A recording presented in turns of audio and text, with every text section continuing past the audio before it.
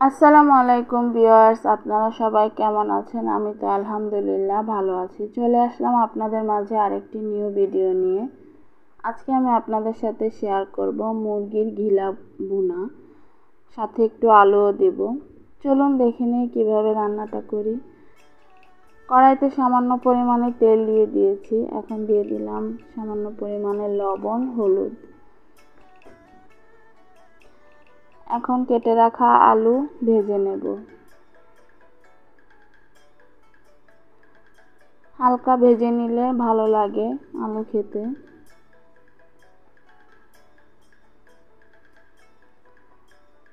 অবশ্যই আপনারা এভাবে ট্রাই করবেন, আলু দিয়ে মুরগির ঘিলা ভুনা করবেন, আশা করছি ভালো লাগবে।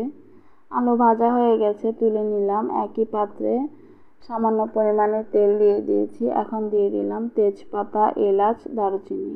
হালকা একটু ভেজে নেব ফ্লেভারটা আসার জন্য।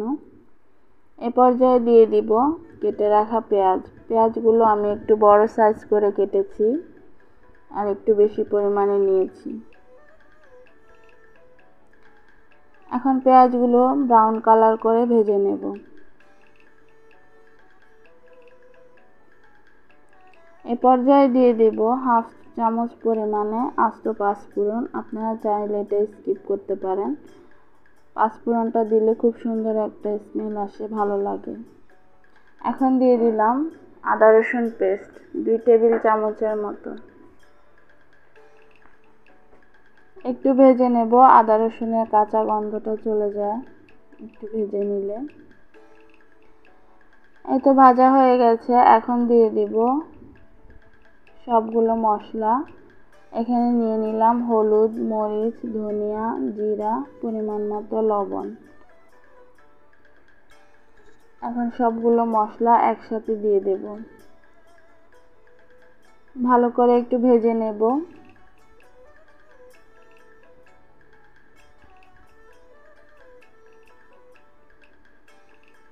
এই তো একটু ভেজে নিয়েছি। এখন সামান্য পরিমাণে পানি দিয়ে দিব মশলাটা ভালোভাবে কষিয়ে নেওয়ার জন্য।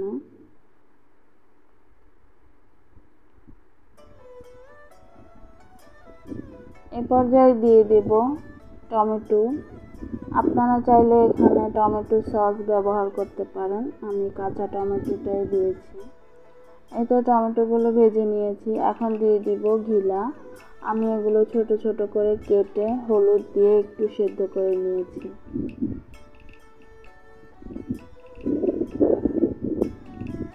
এখন ভালোভাবে মশলার ভিতর ভেজে নেব। অবশ্যই একটু সেদ্ধ করে নেবেন। একটু সেদ্ধ করে নিলে একটা গন্ধ থাকে, সেটা আর লাগে না, চলে যায়। সামান্য একটু হলুদ দিয়ে এখন দিয়ে দিলাম অল্প একটু পানি, ভালোভাবে কষিয়ে নেব। এই তো কষানো হয়ে গেছে। এখন ভেজে রাখা আলু দিয়ে দেব। আবারও ভালো করে একটু ভেজে নেব।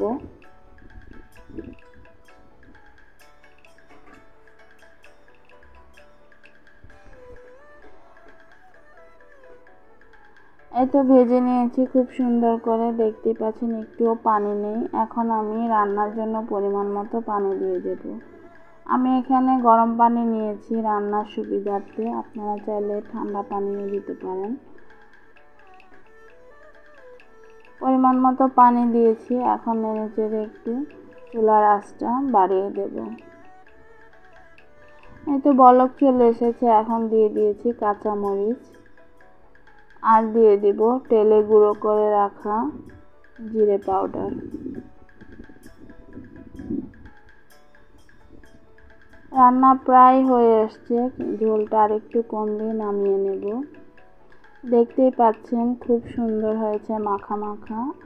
আমি একটু ভালো করে নেড়েচেড়ে চুলাটা অফ করে দেব।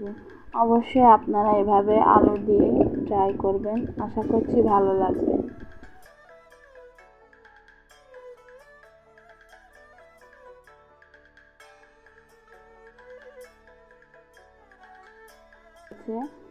দেখতে যেমন সুন্দর হয়েছে, খেতেও খুব ভালো হয়েছে। আল্লাহ হাফিজ।